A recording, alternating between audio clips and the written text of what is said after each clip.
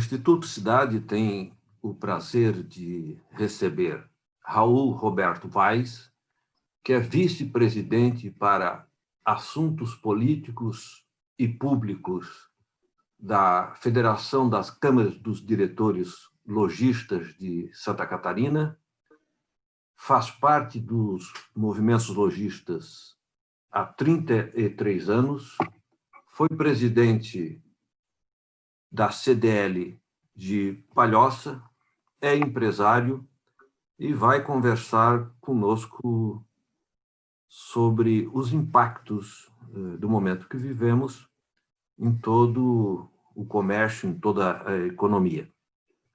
É importante ressaltar que o comércio é o que move o mundo, é o que move as cidades, é o que trouxe civilização, é o que permitiu encontro de gentes, é o que botou as pessoas a viajar pelo mundo, a explorar o planeta. Então, falar sobre o comércio é falar sobre uma das atividades humanas mais importantes que se pode encontrar na civilização desde os fenícios. Raul, é um prazer recebê-lo. A palavra é tua. Boa noite, Léo. Obrigado pela oportunidade, né? E estamos aqui para colaborar com a sua perspectiva aí com relação ao comércio, né? Vamos Obrigado. estar aí agora. Tá. Raul, eu vejo que os governantes, com algumas discordâncias entre eles, com autoridades, umas pensando de um jeito e outras pensando de outro, têm atuado de maneira a abrir o comércio, fechar o comércio, abrir novamente, fechar outra vez, restringir trânsito de pessoas. Como os lojistas veem isso? Como os diretores dos lojistas acompanham o que está acontecendo e como se posicionam diante desses eventos? Léo, vamos então começar pelo começo, né? Lá atrás, quando em março, aqui no nosso estado, no dia 17 de março, houve a intervenção aí do governo estadual em fechar o comércio e toda a atividade praticamente do estado, né? Empresarial. Naquele momento, nós nunca tínhamos passado por situação semelhante, né? E aí houve uma concordância meia que tácita, né, naquele primeiro momento, porque percebimos que ali havia algo grave acontecendo e que era preciso ser feito alguma coisa ali, né, naquele momento. O nosso governador, no primeiro momento, eu entendo que ele tomou a decisão correta de fechar por 7 dias, né? E assim ele foi fazendo. Depois começou uma fase de que aquilo foi se estendendo por muito tempo e começou a criar uma certa ansiedade no seio comercial e também em outras categorias industriais, de serviço e outras tantas, né? Que acabou por chegarmos àquela conclusão assim, puxa, desse jeito também não vai dar para permanecermos, né? Precisamos equacionar isso. E aí começou a pressão para rever certos posicionamentos, né, a abertura de alguns setores e por aí foi. E isso foi feito pelo Estado, né? Ele foi abrindo, sim, aos poucos, né? Algumas situações a gente até ficou assim, poxa, mas por que ele priorizou esse setor e em detrimento de outros, né, também necessários? Mas ele estava numa situação que a pressão, né, naquele momento era muito forte de todos os lados, então era difícil de tomar uma decisão totalmente acertada, né? Passado já ali um mês, ficou insustentável essa situação, né, quase um mês, e aí houve a abertura, né, do comércio. Num primeiro momento, todo mundo muito cauteloso, todo mundo fazendo os deveres de casa, né? E até foi muito assim positiva a situação. O problema é que com o tempo aquilo entrou no nosso dia a dia e passamos a não ter mais o devido cuidado, né, que deveríamos ter constantemente, né? E assim começamos a dar espaço para a disseminação do vírus, né? Eu entendo assim que é preciso, sim, controlarmos essa situação do contágio via evitamento, né, algumas atitudes de higiene e tal, mas, por outro lado, aí já entendendo um pouco também o nosso presidente, né, não dá para permanecermos totalmente paralisados, né? Não tem como a gente fazer isso, porque, infelizmente, nós estamos num país que não nos permite essa situação, né?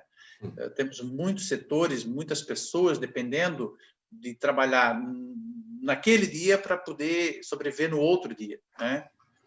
Então, eu vejo assim que o comércio tem feito a sua parte, ele tem cuidado, ele tem tomado todas as precauções, tem as suas exceções, claro que tem, né? Mas a grande maioria também está preocupada, né? Porque ali também está a sua vida, está a vida dos seus funcionários, familiares, né?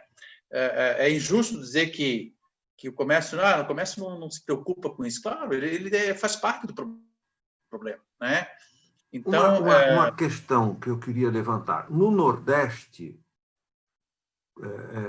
os governadores tomam as decisões junto com a sociedade civil, os diversos representantes dos diversos setores, mais alguns cientistas, têm tomado todas as decisões em conjunto.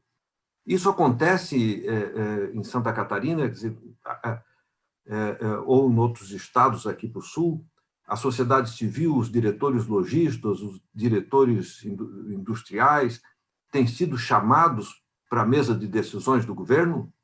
Olha, vamos falar então em 3 fases, tá? Existiu a primeira fase do que eu chamo de confinamento, né?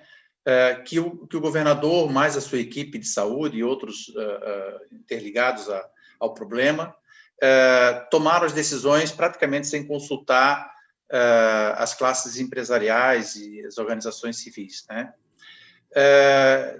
Eu entendo que talvez a situação em si precisasse mesmo ser aquilo ali, naquele momento, não querendo defender o governador, até porque não tem nenhum partidário, tá? E, então, já deixo isso bem claro aqui, né? Sim.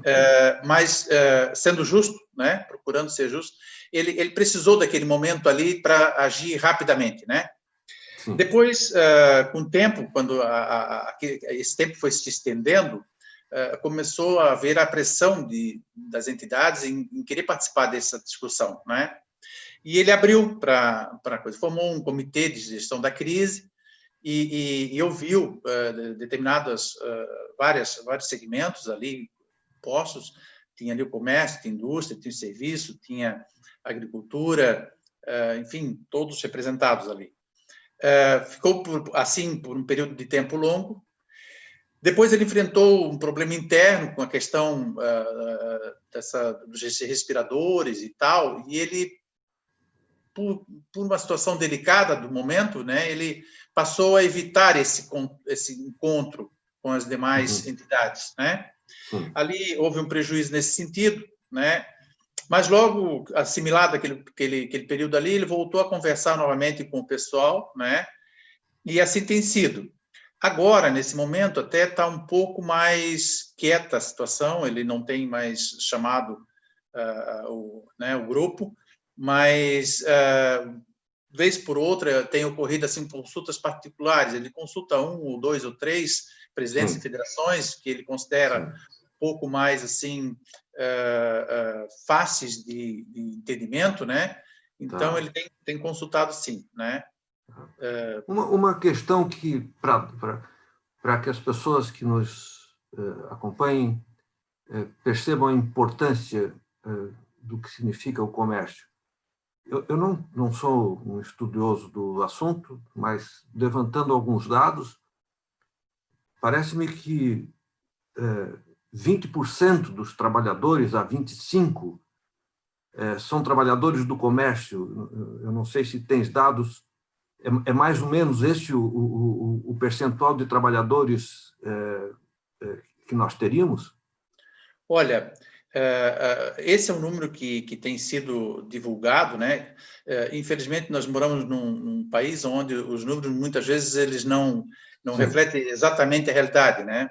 Sim. Nós temos uma situação que, assim, que chegamos até ter notícias de que nós participamos em torno de 43% da mão de obra, né, do Estado. Sim, sim. Mas poderíamos assegurar que, no mínimo, 25% seria uma realidade, né?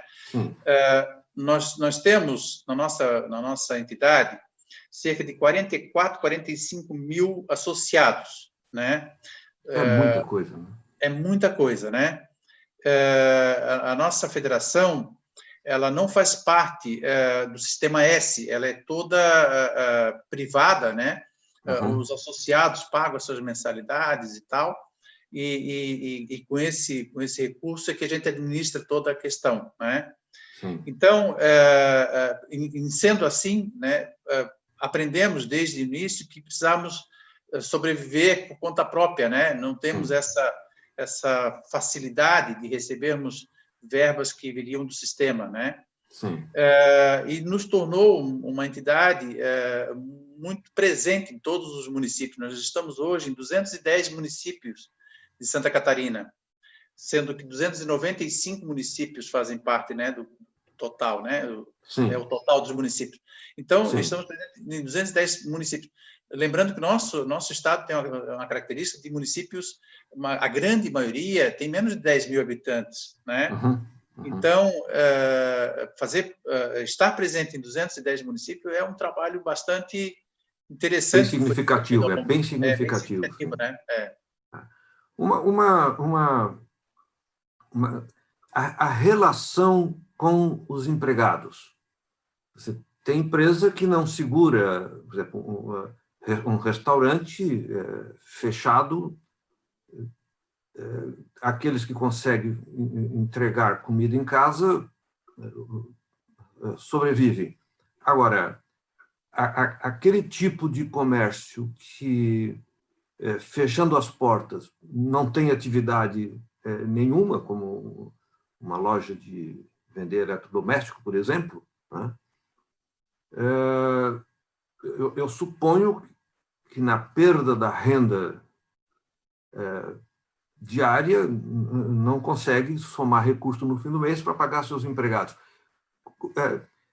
Esta relação com ajuda de governo, com negociação com o sindicato, com normas que estão sendo elaboradas, isto está permitindo equilibrar as finanças do lojista? Está possibilitando atravessar a crise? Pois então, é interessante, né? Como toda crise, né? Nós temos setores que estão vendendo muito nesse período, né? Sim. Um deles é o setor moveleiro, né? O setor de colchões, até mesmo o setor de material de construção, né? Existem alguns setores que com a crise, ressurgiram, até porque estavam sofrendo um pouco no passado aí recente, e com a crise, as pessoas mais em casa e tal, né, começaram a perceber determinadas necessidades, né, e começaram a olhar mais para o seu entorno, conforto, comodidades e tal, e passaram a investir. E aí nós estamos tendo até problema de desabastecimento em determinadas áreas, né? O setor de imóveis, por exemplo, nós temos casos de empresas que estão devendo pedido de abril ainda, né? Empresas que recentemente agora fecharam as vendas por 90 dias para tentar equacionar os seus pedidos que estão em carteira, né? Empresas que estão tendo problema de abastecimento de matéria-prima, até porque o mundo, quando percebeu essa situação, né? E não é só no Brasil, isso está acontecendo em todo o mundo, a falta de determinados itens, como madeira, por exemplo, produtos ligados à madeira, está, assim, uma disputa enorme no mercado, né? E aí existem outros setores que foram extremamente impactados, que mudou o jeito do nosso brasileiro, né, de consumo nesse momento. O setor de restaurante, por exemplo, foi extremamente impactado, né? Muitos foram para o e-commerce, foram para o delivery, né? Como saída, mas mesmo assim é complicado porque primeiro que estão iniciando, muitos, né? Estão iniciando. Segundo que houve uma debandada nessa situação. Todo mundo está tentando atender por esse caminho, que é uma solução, né? Porém, o consumidor ele está mais, como é que eu vou dizer, um pouco mais caseiro, né? Ele está procurando fazer as suas coisas em casa. Vou dar um exemplo, por exemplo, pão, né? Nunca se fez tanto pão. Nunca se fez tanto pão, é interessante. Então, tem uma coisa assim que nos preocupa muito, né? Eu diria que nessa pandemia nós estamos observando assim, tem setores que estão extremamente felizes e setores que estão extremamente sofridos nesse momento, né? E estamos tentando, né, fazer alguma coisa para que isso seja minimizado, né? A economia, no geral, a soma de todas as suas expressões, forma o que se chama PIB, que é o Produto Interno Bruto, a soma de todos os valores de tudo que é produzido. Há quem diga que o PIB nacional e de cada estado cairá muito. Contudo, vários economistas, acompanhando este raciocínio que tu desenvolves, já raciocinam com a ideia de que o PIB não cairá tanto porque está havendo substituições. Agora, de modo geral, os lojistas estão bastante assustados com a situação, com medo de que isso se prolongue. Há um certo nervosismo no setor, não é verdade? Sim, existe esse nervosismo, né? Principalmente por parte desses mercados que estão sendo muito afetados no momento, né? Sim. Eu particularmente, a minha opinião é que o PIB não cairá tanto quanto estão anunciando, tá? Ele vai haver esse sistema de compensação, uns se dando muito bem e outros não tanto, né?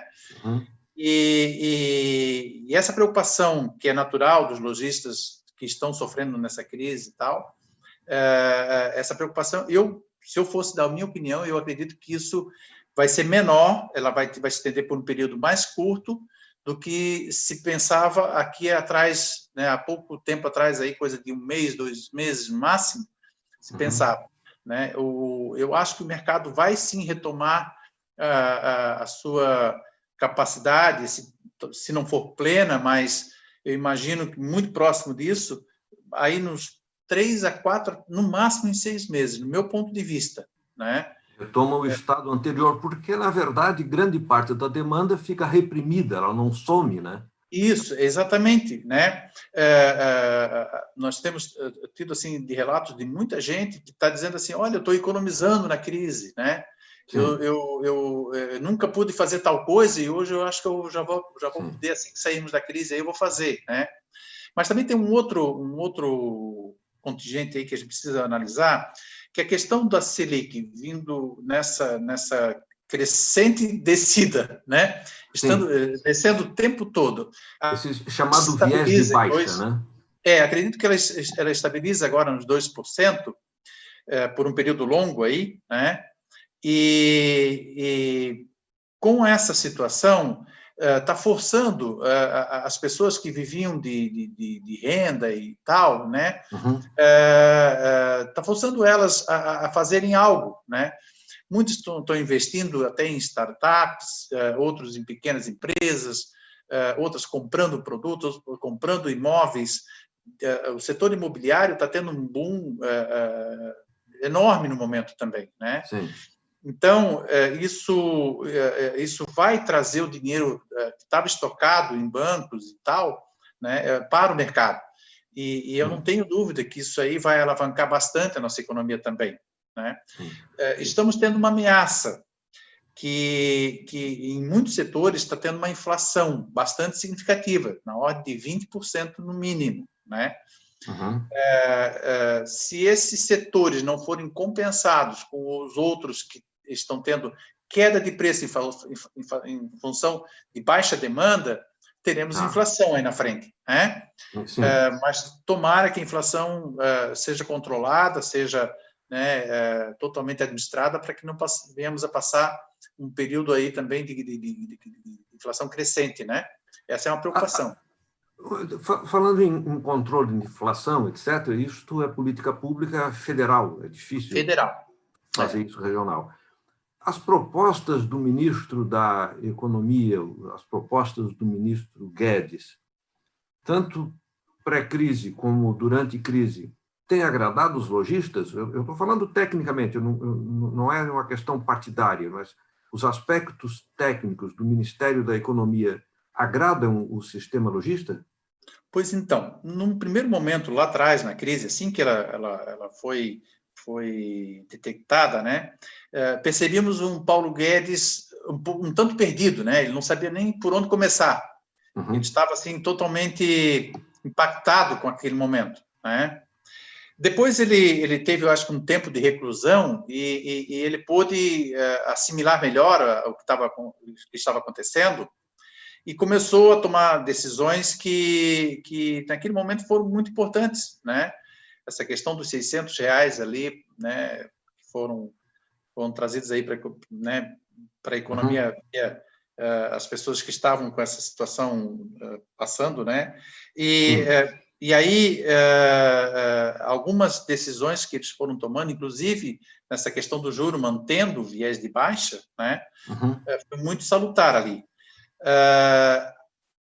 Temos que entender que é difícil, no momento desse de pandemia, de crise mundial, que ele faça milagre, né? Porque está muito do governo federal, né? O governo federal está entregando para a sociedade o que ele não tinha, né? E aí, na frente, em algum momento, vai ter que ser reposto isso. Nós vamos ter que pagar essa conta, né? Mas não há o que fazer diferente, né? E todo o raciocínio do Paulo Guedes, quer dizer, a Escola de Chicago, é de não intervenção do governo, quer dizer, é o mínimo de participação do Estado. Com a crise, ele teve que rever as próprias formulações teóricas dele, né? Sim. Eu suponho que não deva ter sido fácil para suas concepções acadêmicas ter que brigar com elas próprias, né? Na verdade, há momentos, né, na vida de todos nós que, mesmo estando defendendo sempre um pensamento, naquele momento a gente precisa rever um pouco, porque é o que se pode fazer, né? E ele teve que abrir mão desse conceito de liberal, né, da economia, que, querendo ou não, até que se ache um outro modelo, é um modelo mais comprovadamente que funciona no mundo, né? O mercado realmente ele tem esse lado aí de ele, quando ele trabalha, né, de maneira livre, ele vai se autorregulando, né? Agora, claro, no momento em que aconteça alguma coisa que venha interferir essa lógica, é aquela hora que as cartas todas se misturam, né? E a gente não tem mais noção do que está acontecendo exatamente, né? Eu tenho algumas reservas com a chamada mão invisível do mercado ou a autorregulação.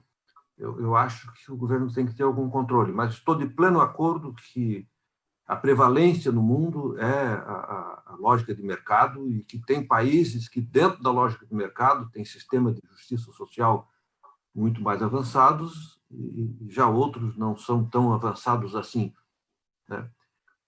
Eu até queria entrar neste aspecto contigo, se me permitisse, que é a questão do consumidor brasileiro.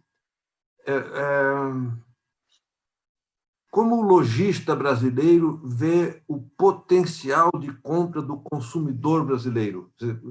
O lojista brasileiro considera que o nosso consumidor ele é de baixa renda, ele é um consumidor que necessita da prestação, da compra de um produto mais simples, ou o lojista entende que nós já estamos no mercado mais próspero, que depois do Plano Real isso teria melhorado? Como o setor lojista encara o consumidor brasileiro? Olha, o nosso consumidor brasileiro sofre muito, né? Ele não tem esse poder de compra, ele sempre está precisando de prazo e tal, né, para poder fazer a sua compra, né, fazer o seu consumo. Sim, sim. Ele precisa de tudo, tá? Hoje, se o nosso consumidor, né, na média, tivesse condições, né, ele ia comprar muito, porque ele precisa de tudo, né? Sim. Agora, o potencial de mercado é muito alto. O problema é a renda, que ela anda muito baixa, né? Sim. Eu, particularmente, agora é uma opinião pessoal do Raul, não é uma opinião que eu estou trazendo dos empresários, né? Sim. Eu gostaria muito de ver o tal do salário mínimo crescer e crescer bem, tá? Sim. Eu gostaria muito que isso acontecesse. Gostaria muito que tivéssemos menos encargos a pagar e mais na mão do trabalhador, né? Eu acho que nós temos uma mão muito pesada do Estado, nos cobrando muito. Sim, há um custo do Estado nesta gestão do recurso, que no lugar de deixar com o trabalhador vai para o cofre público, há um estudo de custo. Esta retomada, essa tomada centralizada do dinheiro que vai para Brasília e depois a distribuição do bolo que vai para Brasília entre estados e, eventualmente, a município, o custo da máquina para administrar este ir e vir é quase a metade do que é arrecadado. Olha, não sei se não é mais. Eu não sei se não é mais. Pode ser, né? Quer dizer, os dados que eu tenho, eles mostram que é insuportável, do ponto de vista técnico, do ponto de vista de contabilidade pública, manter um sistema que, para cuidar de si próprio, come a metade ou mais dos recursos que arrecada. Isso não tem sentido, né? Quer dizer, não tem sentido. A economia nacional, recolhendo todo para um local, e esta máquina que faz isso consome o dinheiro nela mesma. Isso é uma coisa bastante complicada. Da nossa burocracia, desde os tempos de império, né? Essa centralização político-econômica do país. A minha esperança é que os lojistas, né, que são a ponta final dos negócios, se articulem para mexer nisso, né?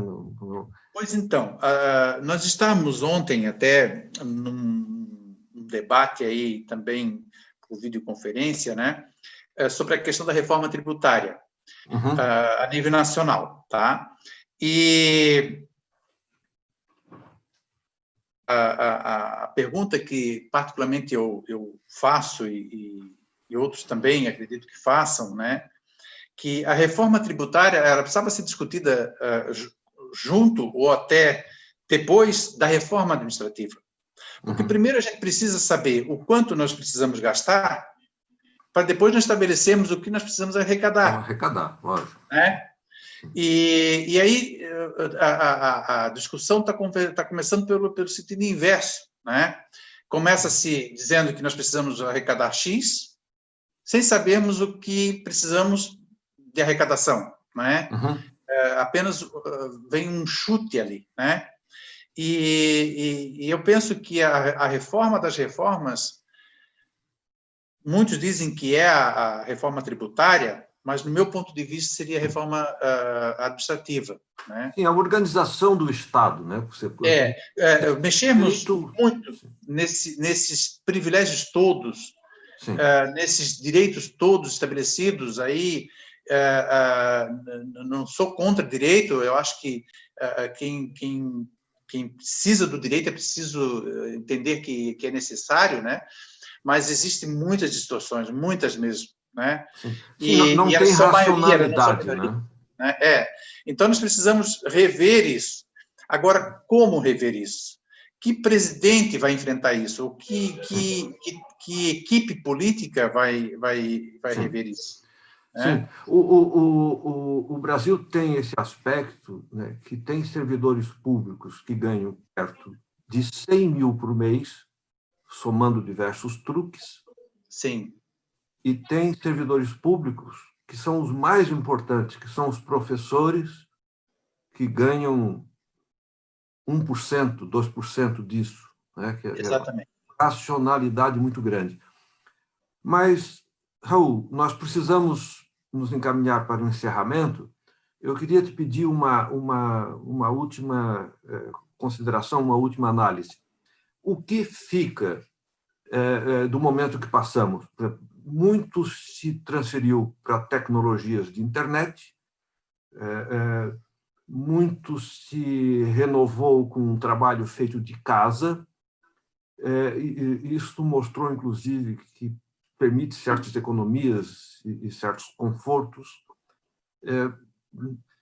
Enfim, o mundo sofreu e está sofrendo um solavanco muito grande que está fazendo as pessoas não só pensarem, mas está fazendo com que as pessoas tenham outra prática e desta nova prática estejam tirando conclusões que dá para fazer uma ou duas modificações na vida. Não creio que nós teremos outra civilização, que as pessoas ficarão boas e mais amáveis, etc.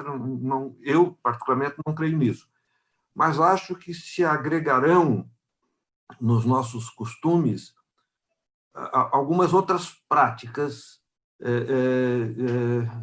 na forma cotidiana de viver. Como é que tu vês isso? Qual é a tua impressão pessoal ou dos lojistas, se vocês já tiverem conversado a respeito? Olha, começando pelo lado extra-lojista, né, que seria, vou dizer, a população no geral, eu penso que tivemos assim uma grande experiência para revermos uma série de comportamentos e uma série de situações que a gente não dava valor na vida e tal, e que passamos a percebê-las muito bem agora com a pandemia, né? Do lado lojista, eu penso assim que toda crise ela faz com que a gente se mexa muito, né? E eu creio que nós vamos sair dela com um legado muito forte em termos assim de posturas perante o seu negócio, porque estamos num momento em que eu acho que isso ocorria no mundo todo, alguns setores se mexendo muito, fazendo tudo o que era possível para tirar o máximo que era possível daquele segmento em termos de rentabilidade e tal, de avanços, né? Mas existia uma grande quantidade de pessoas e de empresas que estavam acomodadas, estavam naquele piloto automático, né? Uhum. E a pandemia veio fazer com que cada um de nós viesse lá nas suas profundezas e, puxa, o que eu posso fazer agora diante dessa situação, né? E quando eu comecei a circular, nos primeiros dias depois desse confinamento aqui no estado, a gente olhava assim para todas as direções, não via gente nenhuma nas ruas e tal, pensava assim, meu Deus, o mundo vai acabar, acabou, né? Aquela música do Raul Seixas lá, nunca teve tão presente, né? O dia que o mundo parou. Parou. E aquilo, eu acredito que mexeu com todos nós. E seja aquele dono de uma empresa ou dono de um pequeníssimo negócio, um MEI, enfim, ou um profissional liberal, ou um profissional que está trabalhando para o governo ou para uma empresa privada, para todos nós houve uma certa inquietação naquele momento. E aí exigiu de nós tomarmos uma série de ações. E graças a essas ações, acredito, nós vamos poder depois, aí na frente, agregar um tempo mais dentro da normalidade com esses avanços que nós estamos hoje desenvolvendo, né? Eu acho que nós vamos sair desse período, sabe? Como sempre foi em todas as crises, pelo menos as minhas que eu passei na vida, eu sempre agradeço porque eu tive uma espécie de alavanca, né? Sempre. Pelo menos eu não me deixo abater, né? Eu sempre procuro reagir positivamente, né? Eu acredito que a grande maioria. Olha, Raul Roberto Faz, muito obrigado por conversar com o Instituto Cidade. A quem nos acompanha, eu repito o pedido de que se inscreva no canal, que nos ajude na divulgação, que compartilhe nas mídias sociais nossas conversas e espero que breve estejamos todos pondo essa conversa no passado, porque um futuro melhor aí nos tenha chegado. Muito obrigado. Obrigado também, Léo. Obrigado pela oportunidade.